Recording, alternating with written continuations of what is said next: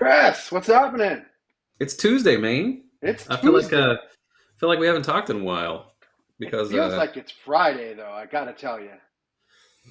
yeah, I wish. I Oh, wish. and The it one thing feels that like I it's don't been a week of Fridays. So, no, no, okay. that Jay, Yes. that we may have just the conversation point for you a little bit later. Welcome, Yeah. welcome, welcome everyone to the Practice Playbook, the show where we help firm owners and wannabe firm owners navigate the road to their modern firms. I am Chris Guino, just like it says right there, not thumbs down, but he over there, wait, that way, yeah, that way, This way. no, that way. That's Jay Kimmelman down there. That's that Jay, Yes. and we're your co-hosts. Last week we talked about planning and getting ready for year end. We talked about some strategies that you can use for making sure you're ready for a 1099 season. We did a little bit more of that here at High Rock just today. We spotlighted the importance of revisiting your engagement letters, which we're also doing here at High Rock today. And we gave you some ideas around quality control and how you can do that. This week, we're going to talk about something that's a little bit more fun. At least that's the way Jay and I think about it. We're going to discuss one of our favorite topics, but we're going to maybe do that at like its basic level, right? We're not going to get real in depth, but we're going to talk about it, and that's automations. So today, we're going to talk about automations. We're going to talk about why do you do them and what are they good for. So the basic introduction to stop fooling around, do automations. We'll talk about that later. But before we do that, let's get to the news. Today, Jay, there was a lot of news today, but hi. Um, there was a lot of news today out of both the accounting space and the IRS. There was an article that I read that the IRS Criminal Investigation Unit identified over 2 billion, that's billion with a B, in tax fraud just in 2024. That's a lot. They also have a 90% conviction rate. They identified 9.1 billion in total fraud, so that's going back over several years. And specifically, they issued or ordered or whatever the right word is, $1.7 billion in restitution and another $1.2 billion worth of seized assets they got. So that's $3 billion. So the IRS over here paying for itself. So, quick question for you. How much of that 3 billion was ERC claims? I don't know, but they have started on an additional 5.5 billion in potentially fraudulent ERC claims. So probably a lot. Um, Okay. yeah, I don't. The When you article say didn't mention that started specifically. on, you mean processing them? I think Or sort of the investigation of? the criminal unit is starting the investigation of an extra 5.5 billion in potentially Okay. fraudulent ERC claims. Okay. So Gotcha. yeah, IRS getting to work over there. The speaking of one of the people that they were getting to work on, I thought this was just an interesting story. Probably not really worth the news going forward. But Roger Ver, who's I don't know why he's dubbed this. I think he's very popular in the cryptocurrency area, but he's Bitcoin Jesus. He's fighting, so he's probably on the back end of the wrong side of one of these IRS investigations because he's fighting a $48 million tax evasion case because of $240 million in crypto assets that he sold in 2017. Now, the reason that I bring that up is because it's the reason that the funding is required, right? This is why the IRS needs funding, is because people with $240 million worth of crypto sales have a lot of funds available at their disposal. And so they can do a lot to protect themselves, and they can do a lot to fight back against the IRS's criminal investigation unit. And if the criminal investigation unit doesn't have any funds, then those cases start to like disappear. And so it's important, I think, to continue to fund the IRS for exactly these types of situations.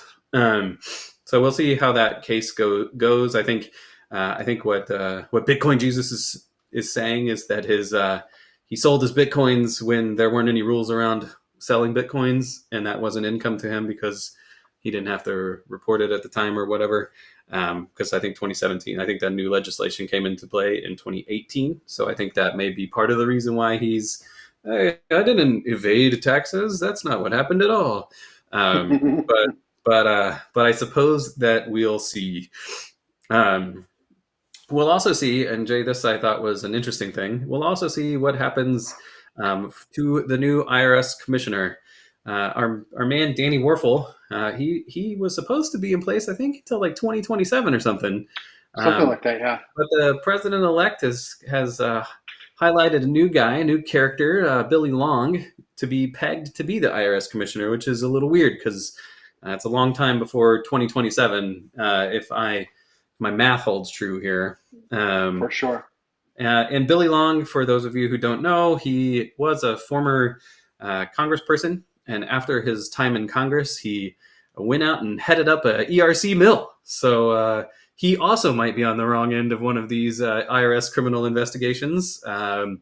Although he claims very powerfully that he never advised anyone to fraudulently make claims. So I'll put that out there. No slander on my behalf. But Billy Long, Jay, what do we feel about Billy Long? I think we are setting up the IRS like we're setting up the Department of Education and some of the other departments that will soon be dismantled. It doesn't make sense. Yeah, so, I don't. Yeah, I don't think it's great. I don't think it's great. Yeah, we shall see. We will. We'll also see if the TIGTA. So this is the like inspector agency for tax affairs. The Inspector General to Tax Affairs. That person, this guy's Samuel Johnson. He just got approved by a Senate panel to fill in a role for a person who died back in January. So this role's been empty for a little while, but they filled it in with this guy. Seems like he might not matter if there's no IRS, but the Inspector General here is the one that evaluates IRS quality. He actually is the Inspector General right now for Veterans Affairs, for the Department of Veterans Affairs. So he has some experience in doing this inspection stuff.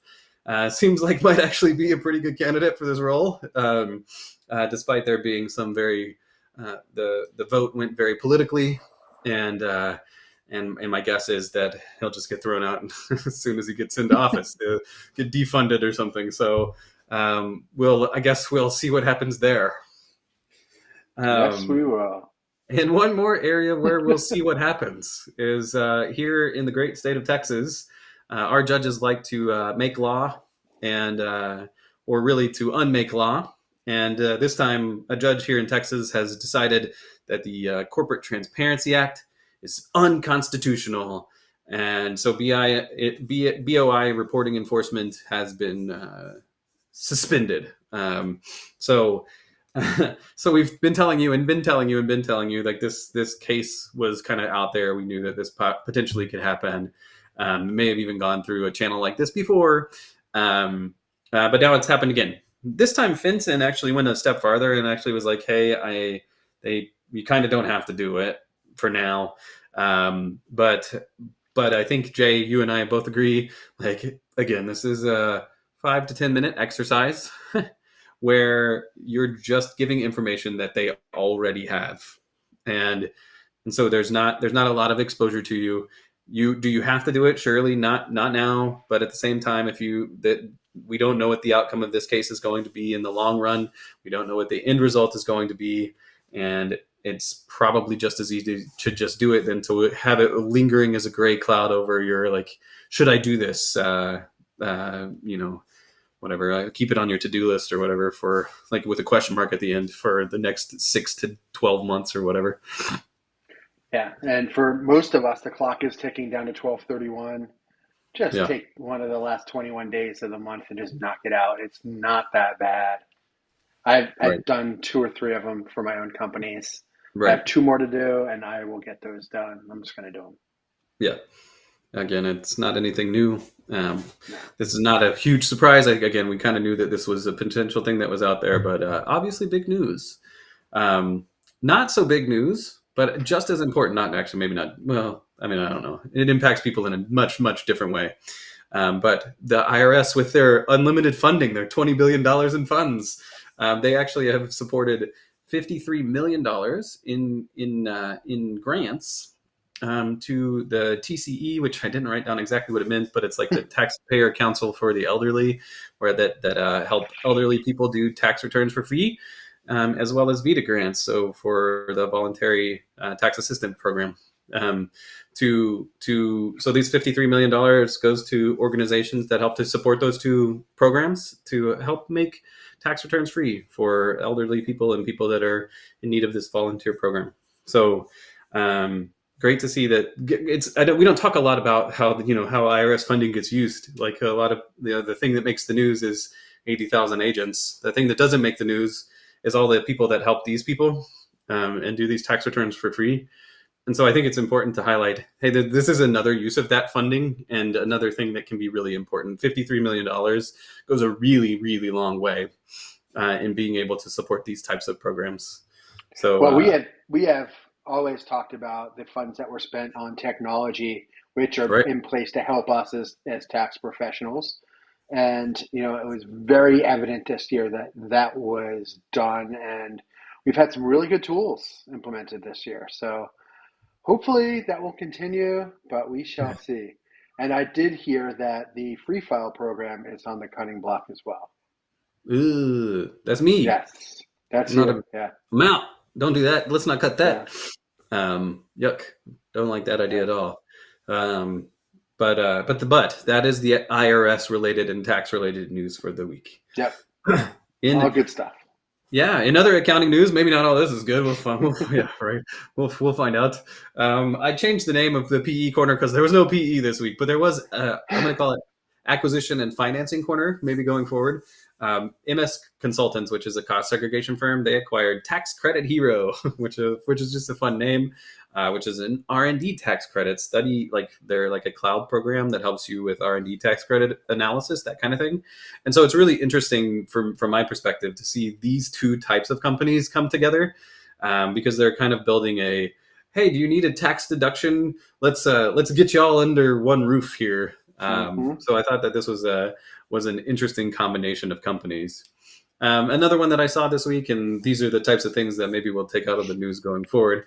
But LeaseCrunch, which is an ASC 842 compliance tool, they've merged with Finagraph, which is a financial data collection tool to expand the suite of stuff that they're adding.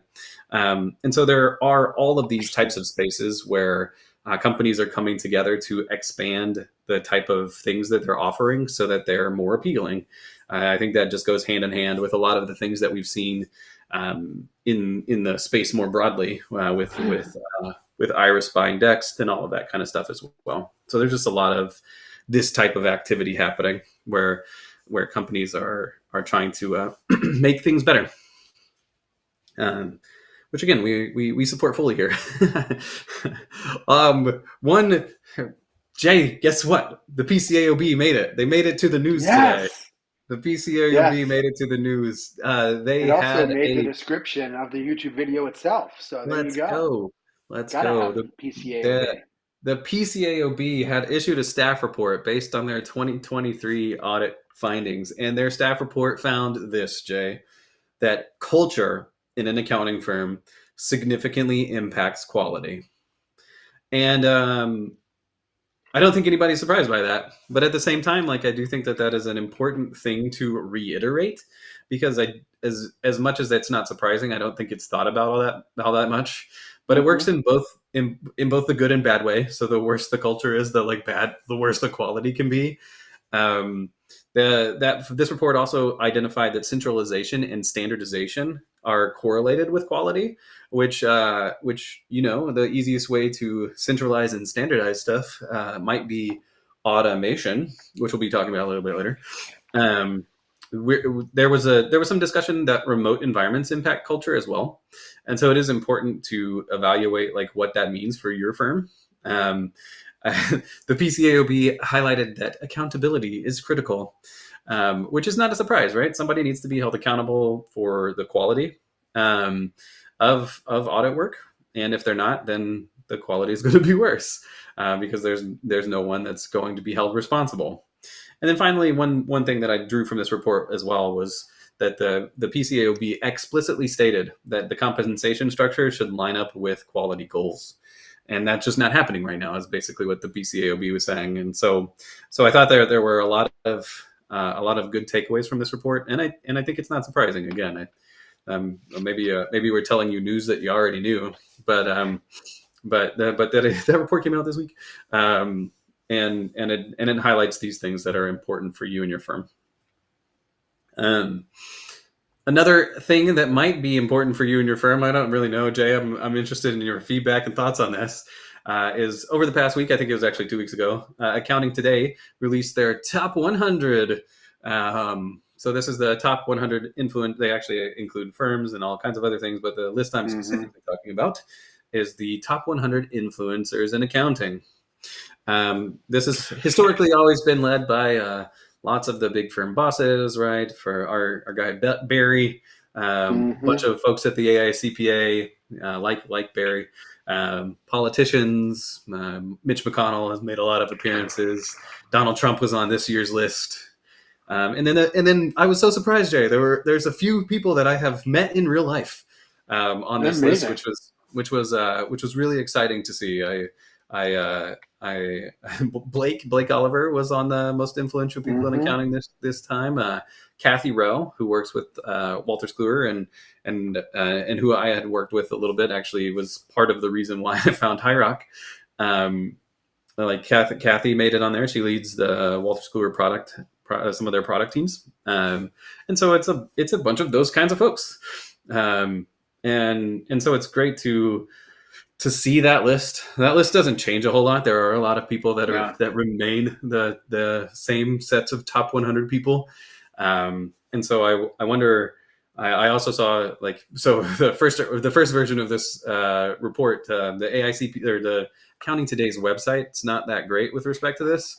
And so when you read the article that, hey, we have the top 100 influencers, when you follow the links, it actually takes you eventually to the 2021 issuance of this. And I was like, oh, that's kind of interesting, because Ben Richmond from Xero was on that list. But he was not on this year's list, but included in the little footnotes of people to watch out for next year. There was a guy from Xero who I should have maybe put in the notes so I remembered his name, but he's like the leader of the North American channel of some sort or another. Great that I don't remember. Sorry to you, Xero person. I think Jason Stats actually did this very nicely. So he's got a post on his LinkedIn page with a logo for the bottom 3 million. Okay. And with a big old poop emoji on it. So you and I are part of the bottom 3 million, so we're all good. Well, I was going to ask you because it was especially in maybe the circle of life that I run in right now. Right. Jason Stats specifically is probably somebody that I would have thought should have made this list, because when people are talking about automations, when people are talking about being a modern, future-forward firm, if you aren't aware of Jason's work and you don't know what he's doing, then you're missing the ball here. And so I was a little bit surprised to not see him there, for exactly that reason. And it made me think, Jay, would you ever want to be on the top 100? Or is this one of those pay to play things? Yeah, well, yeah, I guess so, right? I don't think it's pay to play, but I mean, I do see some people on there. I'm like, I do say, really? Yeah, that guy's influential. Okay. Yeah. All right. Yeah. So anyway, they released that. But I was very curious that Jason was not on it as well. I thought he should be. Lots of times I want to see how connected I really am, or how my fingers on the pulse. And I realized maybe Accounting Today is the one that's off the pulse on that one specifically. I still can't believe that. And then a couple other things happened. There's a CAS community that called Infinite Ties that launched an online community. I always think that these types of things are important to highlight because it gives you a place to go to meet your people. So it's like tax Twitter, those types of things. These are areas where you can find other people who have the same types of problems as you. So if you're coming to listen to us talk about these types of things, this is another good resource for you. And then we talked a little bit about remote environmental impacts, right? And there was a new Flex Index that just dropped this week that surveyed 9,000 companies. So this is a big survey, and found that 43% of those companies, so whatever that is, like 4,000 or something, feature a hybrid model, with almost all of that hybrid model being either 3 days or 2 days in the office. But I thought there was another important distinction too. Companies with under 500 employees, 70% of those offered full flexibility, and only 15% of those companies with 25,000 or more people had that same option. And so those bigger companies are the ones that are having either having a more difficult time adopting like full flexible models, or B, like, because of the nature of their entity or whatever, it just makes sense to have people, on site. Because this same study said the leaders in less flexible arrangements are service providers, like servers, like literally like Chili's or whatever, local retail, like Walmart, those kinds of places, like, or hospitality. And I was like, huh, what is it? What a shock! That makes sense. Yeah, those people should have probably been thrown out of the survey. Because they're not. They're of course those people have to go to. You cannot remotely like take an order for someone at a table at a restaurant. Like, that just doesn't make sense. So those types of entities are impacting the survey, at least to some degree. So I thought that was interesting. So this morning, I had to run an errand, and I heard a story on the radio. Yeah. Woman moved to Florida during COVID. Yeah. From New York, and this week she was told that they're going back to on-prem, and next week she had to be back in the office, and she's like, well, I can't, I moved. It's like, you didn't tell your employer you moved? You didn't put in a change of address? Considering you're now in Florida and there's no state tax. Probably should have done that. I'm really curious about that. But the company's response was, well, either you're here or you're looking for a job in Florida. So yeah. Stay classy, whatever company that is. Yeah. We've talked about that before, right? Like, yeah. I mean, there, especially in the accounting space specifically, right? There just really is very little reason to require people to be in office. Now, lots of folks are doing it, and even the Big Four. I have some of that hybrid model, but they're just as long as you have good structure in place around how to communicate to your team. So some of those things that we talked about before, yep. As long as that impact on your culture, as long as you're aware that having people remotely has challenges and you've responded to them, like, you're going to be okay. Because this work can be done from anywhere. Then it was a relatively quiet week in tech news, so we'll run through these really quickly. Bloomberg expanded their compliance tracking tool, which evaluates income tax obligations in 200 countries, and also some VAT stuff for up to or more than 100 countries. So they got a lot of new taxing stuff in there. And in Sage Copilot, in the AI space, that we talked about that before, that they were about to launch it, but it has effectively gone live for early adopters in the US and the UK. And that's the short tech news. Jay, what did I miss? You got it. Lots of IRS stuff. There was a lot there. Yeah. Yep. So on to automation. We've all done it. I know that I have. The conversation point actually came from a situation where I did this exact same thing, where I'm like, I hate doing it this way. This really, really stinks. It's boring. It's tedious, or it's otherwise just a pain in the ass. But I keep doing it this way because I know that it works, and I can just keep doing it, and it'll be fine. We've all done it, and I'm sure you can think of a few instances where you've done it this week, or maybe even done it today. These are types of situations that are ripe for automation. And so what we're going to talk about today is how automation supports strategic advisory, how it gives you an opportunity to do more. And so we'll talk a little bit about some of the positives that come out of automation. So automation tools, more broadly, right? That includes like cloud accounting platforms that allow you to be remote. That includes AI and the utilization of AI in your workflows, and then also workflow management software. This could be something like what we're using on our side, like Keeper or something like that. Jay, do you have some other good examples of workflow management software that people might be using now? Yeah, for sure. TaxDome is a great one. Oh yeah, sure. Zero Practice Manager, things along those lines. There's Yeah, always Asana, Trello, right, people using Notion for things like that. There's a right. lot of different tools out there. Yeah, and so all of those can allow you to do a lot of different things, and that's exactly what we're going to talk through today.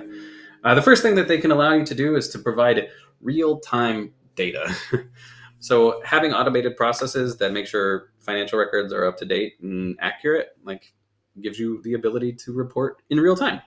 So using some type of program like this allows you to make timely and data-driven recommendations for clients. We've talked about this lots of times before, about how important it is to have data that's current, because it allows you to be able to make good strategic decisions. Jay, I think you'd agree that providing real-time data is one of the most important things that working through automations can help you to do. What do you think about that? Do you have extra thoughts? Well, I think using certain tools, and I think we might have talked about this last week or the week before, a tool like, let's say, Sift, where Yeah, you can build a dashboard, connect it to Zero and that data, and just send that to your client. They now have a live dashboard that they're viewing. And if you're keeping those books almost real time, they have live up to date data there. And with yeah, that, you could be actually working with them and helping them, make decisions and doing advisory while you're doing it, not waiting, 8 weeks for the results to be coming in to have a discussion about what happened 2 months ago to make a decision tomorrow. that's So, right. it's things like that that add to that value. And, Right. it comes down to building your workflow and building automations into your workflow.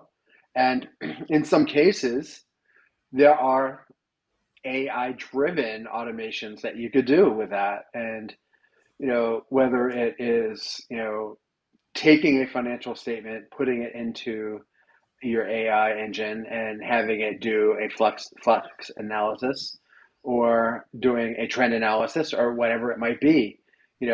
Things like that. Use the tools that you have to make it less stressful on yourself so that you can spend more time talking to your clients, having the conversations to help them make the Right. decisions and advise them on the best routes to go. Yeah, and so to like talk about that a little bit more, that dashboard that you're talking about, Jay, right? It is an automated tool. It's something that's taking information that you've already kind of put together and presenting it in a way that allows you to see the KPIs, your key performance indicators, or specific metrics, maybe inventory related metrics or something like that, that are important to both you and to your client. The thing that that automation allows is for you to not have to prepare all of that. So you don't have to Right. extract information, you don't have to manipulate the data, you don't have to change the way that it's working. It's just available now. And You set so it up, you set it up, you prepare it, and you will get the same result time after time after time. right, And you can rest assured that it's going to be accurate because you've set it up once, and now it's going to use the flow of data. And now you have that information to provide to the client, or it's already right. provided to the client. And now you have live discussions, and Yeah, next thing exactly. you And you can know, they have a new warehouse building. right, that's right. Or you're enhancing that decision making, right? So you're giving Right. them the ability Exactly. to know that they need a new warehouse building because Right. they're paying, whatever level of storage costs because of the third party facility that they're using right now, or whatever it might be, right? So providing real time Exactly. data helps to enhance decision making. These are the first two things, and they just go hand in hand. Yep. Um, For sure. think about and I think they're especially in the e-commerce space, we have a perfect example just 2 weeks ago or however long it's been ago now. Because as Black Friday happens, there's a lot of time around Black Friday and Cyber Monday, the Cyber Five, where decision making is really, really critical. It's really important to know what you need to do next and how you're performing so that you can choose the right path forward. And if you're waiting, like Jay said, if you're waiting 8 weeks or something like that, where you don't have real time data, then you're making decisions that are just based on old information. And you talked about, the space that you might need, but you also don't want to have too much inventory sitting in a third party Right. warehouse, because now you're just paying for space. Yeah. And on top of that, you're what's the word I'm looking for? You're holding up cash Right. because it's Exactly. sitting in the warehouse. That's right. So it has multiple impacts there. So you really Yeah. want to be looking at that inventory level and get it more towards a just-in-time method. Right. I mean, you don't want to cut it too close because you never want to run out at the Right. right time or the wrong time, so Right. to speak. So, yeah. And that's why it's so important to have that real time data. And the only way to do that is through assisting yourself with automations. Another thing that automations can do is they can reduce the amount of time that you spend on these manual tasks. Like we just talked about this. If you're building a dashboard, that can take a long time. But the less time that you're doing that gives you the opportunity, the bandwidth to be able to spend time doing something else. And that most nearly means that gives you the opportunity to evaluate your client specific advice, right? It gives you the opportunity to tailor advice to individual needs of your clients, because you can spend that time that you would have been creating something, and instead of creating something that you spending your time to create something, you now already just have that thing, which means that you can spend the time addressing whatever unique circumstance this business has with the information that you now have readily available and in real time. And that gives you, like Jay was talking about, the power to truly be a strategic advisor, a partner to the decision making for your clients, which is where your true value comes in.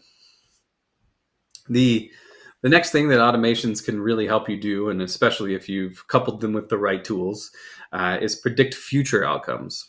And so you can give your clients advice with predictive analytics or forecasting tools. In those spaces, automation provides a clearer picture of those possible scenarios. So, like Jay was talking about, are we going to run out of inventory, and how fast, or what are the most reasonable timelines for running out of inventory? How reasonable is it that this is going to happen to me? And so you can use this type of information to guide clients for preparing for market shifts. I actually listened to another podcast actually over the weekend around this that was about an FP&A tool that talked about how it had built in these dynamic these dynamic inputs where interest rates have a significant impact on your days sales outstanding because people start to push the time that they're going to pay you because they want to hold on to their cash to not have to pay the interest on it. And so there can be these types of things that happen in the market that have a significant impact on the way that your cash flow in your business runs, where with the right set of forecasting tools and the right set of predictive analytics, you can be ahead of that and plan for that appropriately, right? So we to circle it back. I think this is what automation really does, is it gives you the ability to spend more time providing better information for data decisions. And so that can be resource needs. It can be like, I know that I'm going to need cash because I'm trying to grow. That means I need to buy inventory, but it's going to take me a little bit longer to turn around the inventory because people want these longer terms. It's going to be like headcount management. So how many people do you need, and how do you need those? And one other thing that I think can be really, really important is it can help you to predict tax implications. And so how does the activity that you're choosing impact your tax situation, where you can start to make more strategic decisions in that area as well. Jay, the next point and the next thing that automations can help you to do, and we've kind of talked about this thread throughout, but it's build stronger partnerships. That anytime that you're able to do the things that we've talked about, you really highlight for your clients how valuable you can be by offering those insights and those recommendations rather than just like a financial statement package. You're becoming that trusted advisor that everybody wants to be, rather than just a service provider, rather than just commoditizing yourself. Exactly. And so, Jay, I'm interested. I'm interested on your thoughts a little bit more on how you can grow that relationship that way. Um, what do you think? Well, before I get into that, I want to get back to what precipitated this yesterday. Okay. What you made a comment to the client, the client responded how? Well, so let me tell you the background to the story, right? I Yes. I have a client where I'm doing a thing and I'm like, man, this process could definitely be better, and the client understands. They agree. They understand what the process is and that it's got some pitfalls, and they want to automate it as well. And so I told him, I said, I love the idea of making this easier, but part of me worries that by doing so, I'm going to make myself obsolete. And he explicitly responded to me by saying, "No, that's not the case at all. Because by being able to not do that thing that's taking up your time, you're going to be able to spend your time doing something that's more valuable to me, where you can use the brain power that you have and the history that you have to be able to make and help me make better decisions." And so that's the whole point of this entire conversation, is that There you go. that's the way that you can show your value and build that strategic partnership with your clients. And Uh, so in that situation, you've already showed the value to the client. right, And they're like, okay, let's automate this so we can work on other new fun stuff that right, we can make exactly. tons of thousands of dollars more. Or, maybe it's cutting Whatever it tons is. of cost. We don't know. Sure. But, Yeah. that's what it's about. And, and I just remembered when I was talking about whatever, I didn't say it on the show last week. I said it on the webinar I did last week on CAS. But Yeah.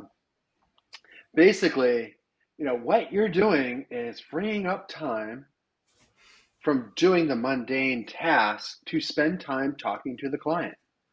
You're Yeah. building the relationship month in, month out. You're having those conversations, and building the trust takes time. So Right. you have to put the time in to do it. And then you start delivering. Well, you've been delivering value, but the client sees it now, and Right. now they want more. And that's what it's a cycle there. So you're going to deliver, they're going to consume it, they're going to want more, and it's just going to perpetuate going forward like that. So, That's right. They're more likely to and stay that's loyal. it, exactly because Yeah. they're getting value day in, day out, every month, and their business is thriving because of the relationship with you, their advisor. Yep. And so again, they're going to stay loyal. They're going to refer you to others potentially, right? Because you're doing those types of things where they can see the specific result and they can see that value that you've offered. Now, Jay, Exactly. just so you know, this next set is not in the notes here, but these are from your other note set. So some things that you can do to be a strategic advisor by using automation. What are some like actual things that you can do? Well, we've talked about them kind of as we've run through this, but the first one is scenario planning, right? So using software like Fathom or Spotlight or anything like this to model best and worst case scenarios for cash flow. Um, and for just operating results in general. So being able to do that gives a business owner that opportunity to be able to say, what are my options? Like what can happen, and then what am I going to do about it? So this is that scenario planning is like the baseline for that decision making. You can also, like we talked about, you can use tax optimization. So you can identify tax saving opportunities in real time using those automated tax tools. Jay, do you have any examples of those? Have you done that before? Well, I've used some tools to predict tax exposure. Yeah. We do that when we're doing tax planning all the time. And, we tend to put in, all right, let's assume that this is what's going to happen. And, we're doing the whole prediction. And I've not used AI yet, though. I do want to Yeah. do that and possibly build an assistant or a personal GPT for that. Yeah. But doing a tax planning is basically doing that. Right. Okay, we think let's estimate we're going to have an extra $150,000 in revenue this year. And, based on that, we're going to have X dollars in COGS, and thus, that 150 in revenue is going to produce an extra 100K in taxable income. Right. At 30%, boom, there's your tax exposure. So, it's delivering that, and ultimately that, 30K in tax, and delivering that in October rather than in April, is a much better option because you can plan for it. That's You right. might have to make extra sales in January and plan for that, or Right. you have to, know where your working capital is, and if you're going to need a line of credit to pay your taxes, or is it a situation where you're weighing, more inventory, pay taxes, what do we Right. want to do? What do So you want to do? there's a lot that goes into it. Yeah, and again, it comes down to that ability to enhance decision making. Tax optimization is just another way to do that. Same with operational efficiencies, right? So you can use similar to scenario planning. You can analyze cost and revenue data to suggest the process improvements or areas where your clients can automate, where they can make their processes easier, or where they can cut out some of the costs that they have because they're maybe unnecessary or can be consolidated with a different tool or something like that. So there's some opportunities there as well. Well, and App Advisory is one of those strategic advisory services that you should be Yeah, offering, because yeah, every business is using different tools that you can probably automate or find alternatives that are more efficient, less right, costly, or fit their workflow better. Now, the biggest part of that, though, is making sure that their processes are either suitable for automation or they are ready for automation.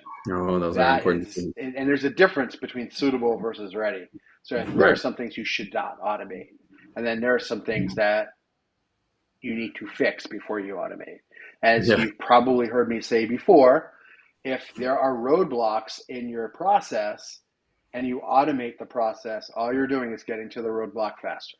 That's right. And Yeah. so using that as an opportunity to be able to identify automation and improvement solutions for your client can be really valuable to you as well.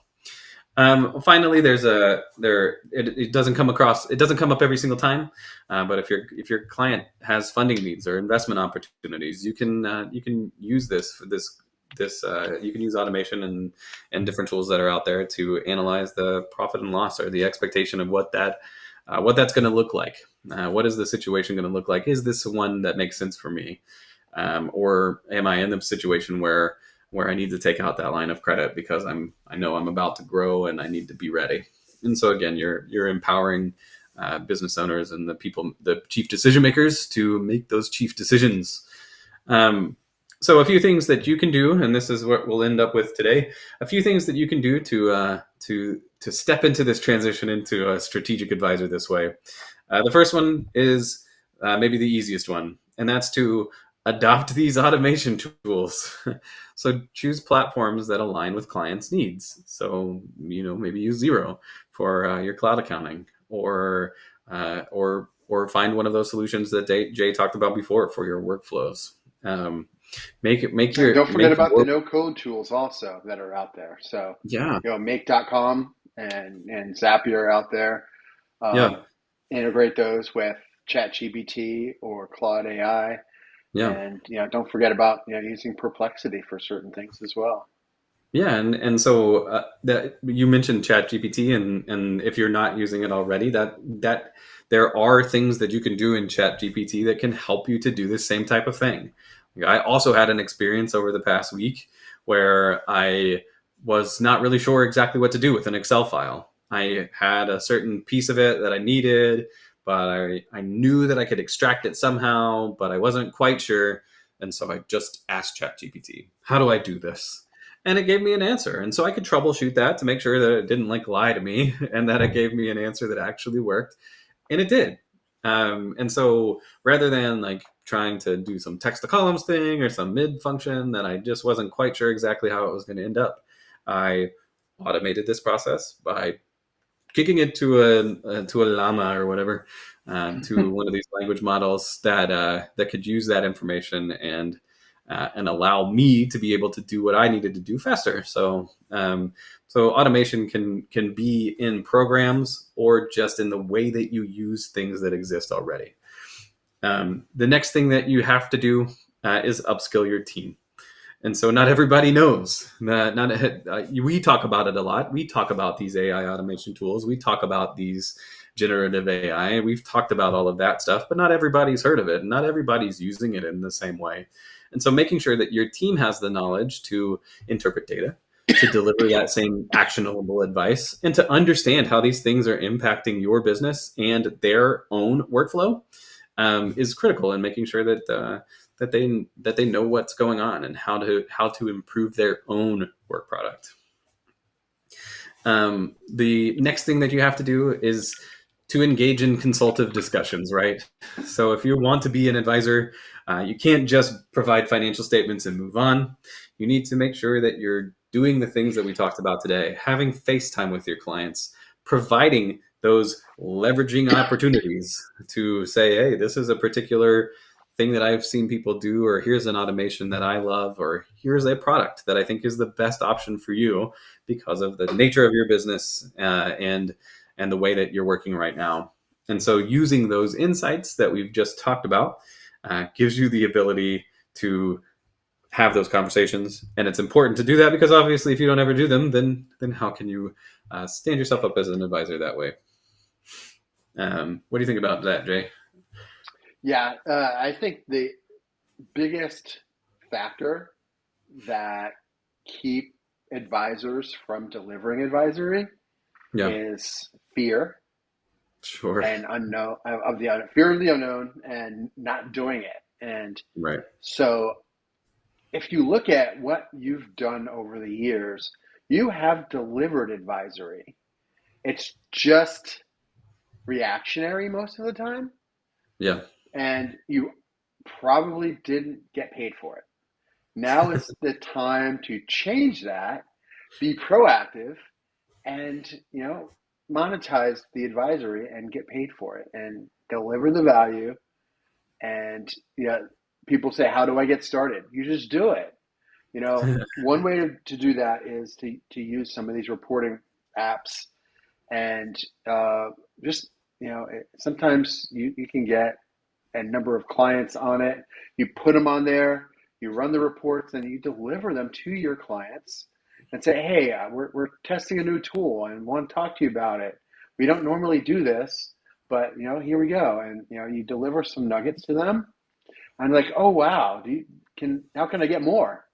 And I'm like, oh, funny you should say. We now have a service for that, and now you're going to monetize it and be able to get revenue for the work that you're doing, and get paid for the value that you are dropping. And that's what it's about. Yep. One other way that you can provide value is by in the same way, right? So the way that you want to maybe even an entry point to this consultative discussion, like Jay was talking about, of here's some cool reporting I can offer you. One other thing that you can do is highlight key performance indicators. So just take them, put them together, and say, hey, here's a report of the things that I know are important to you and your business. Yep. And if you're doing that and they align with your client's objectives, it gives you that opportunity to be right on the forefront with real-time data to be able to influence that decision making. And that's the critical spot for being able to be an advisor. And then finally, you, not to like add competitors to the market or anything, but you have to market yourself. So you have to emphasize those advisory services. So you have to, let people know, hey, this is a thing that I do. This is a thing that I'm working on. You can showcase how you can help your clients grow. You can talk about it. You can talk about it to other professionals, like we're doing here today. There are lots of ways that you can market your expertise, but it's important that you don't just let it go out there and be gone. Jay, do you have any extra thoughts about marketing your expertise? Yeah, the other thing that I would say there is you're going to be learning things from others in the verticals that you are working in. You're going to learn from your customers. You're going to learn from situations. And now you could take those situations and those learnings and take them to other clients, and then they're going to reap the benefits of it. They're then going to tell other people. And so, word of mouth is what Right. it's all about. Yeah. That's right. That's right. And so I'm hopeful that that's highlighted for you the reasons why automation can be so powerful, because the more you take yourself out of those mundane and boring tasks, the more opportunities that you're going to get to have face time. You're going to get to deliver insights, and you're going to get to highlight how good you are at what you do. And being able to do that, like Jay mentioned, is how you monetize yourself and end up being successful in the longer term. Jay, 100%. Yes, sir. I didn't ask you in advance, but do we have an automation of the week? So I've been playing with a tool that I've been working with, and as you know, I have created a clone of my voice. Yeah, right. And one of the automations I am testing right now is using some of the video, the AI video tools, Yeah, and creating basically talking avatars. yeah, fun. Basically being able to take a response from something and create a talking video. Yeah, wow. And That would the be. technology is getting so much better. It is really wild. I don't know, Jay. Do you? I know you're. I think you're. I think this is true. You're an Apple guy, right? Yeah, Yeah. So then when you listen to music, you listen to Apple Music or Spotify? I listen to Apple Music. Yeah. So you don't get a Spotify Wrapped then? Spotify No, Wrapped? No, you're not familiar. no, All right, no. fantastic. This is great. Okay, so this is an automation. It's an automation that Spotify's done. So in fairness, Yeah, like shout out to Spotify for this, but right. it is in the same vein of what you're just talking about. So each year, and they've been doing this I think now for 4 years. But Spotify summarizes your listening for you, and they call it Wrapped. Okay, So like wrapped in a box, right? It's your right. year in review effectively. And so they summarize for you. Yeah, you listened to this artist and that artist, and this was the song you listened to the most times, Yeah, and this was the artist you listened to the most times, and this was the podcast you listened to, and here's how much time you spent listening to Spotify this year. Um, and so I listen to a lot of Spotify. I listen to 41,000 minutes of stuff on Spotify. wow. Yep, 39,000 of it was podcasts. So shout out to Earmark for helping me with that, as well as all my fantasy football podcasts like Fantasy There Football you go. Today, the Ringer Fantasy Football Show. Shout out to those guys, although I'm sure they'll never hear it. But one of the things that Spotify introduced this year was a AI generated podcast of your year in review. And so it was a 5-minute conversation between two people, as though it were a podcast, talking about your listening habits. That is really cool. It was really, really cool and also creepy at the same time. So very similar to a lot of potential AI technology. It was very real sounding. There were only like one or two spots where I was like, well, you got to improve on that one next time because that's not that wrong. And it had a little glitch in it toward the end where they introduced a third person, because it was a 2-person conversation for the entire time, and then the second person responded in a third person's voice, which I thought was pretty funny. So there was some like opportunity for it to improve there, but it was based on a Google platform thing, the thing that Google's working on. So Yeah. that technology is out there. And so who knows, maybe like 3 years from now, people will be listening to the Practice Playbook with Chris and Jay, in full automation anyway, Right. where we're just avatars of ourselves, talking about avatars of ourselves or whatever. But yeah, you were talking about the Notebook LM that Google has out, Yeah. and basically you can make complete automated podcasts from it, which Yeah. is pretty cool. I mean, but it's also scary, like you said, at the same time. But Yeah. going back to the Wrapped, Yeah. Apple does have replay, so I did get my Oh, replay 24 last night, and I there you started go. playing the playlist last night while I was Yeah. driving. But There I you didn't go. look at the details of it. Now I have to do that. So yeah, Yeah, and that's interesting because I wonder who stole whose idea there. Again, I think yeah, the Wrapped is really popular, yeah, um, because people like to see, oh yeah, I listened to that one the most. Oh, yeah. that's no surprise. Like it's supposed to be a surprise. Obviously, it's not a surprise. It's what you listen to, um, but it's fun every year because I have purposely been listening to one podcast. I listened to every single minute of it, trying to get it to number one for myself, and I just can't do it. There's just not enough of versions, so I'd have to listen to them twice, I think, that's too much for me. So Yeah, for sure. this year they were third.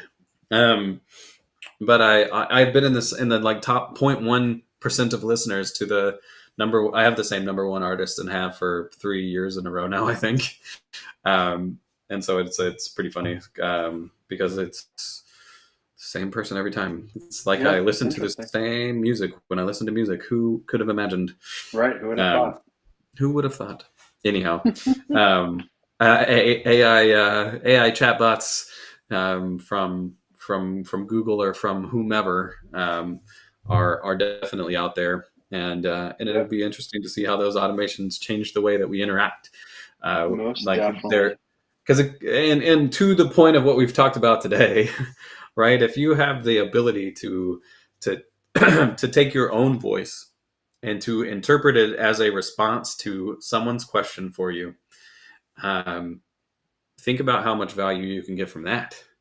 You're Hmm. doing all of that advice gathering that we've just talked about, but without even having to do the like all the effort of it, right?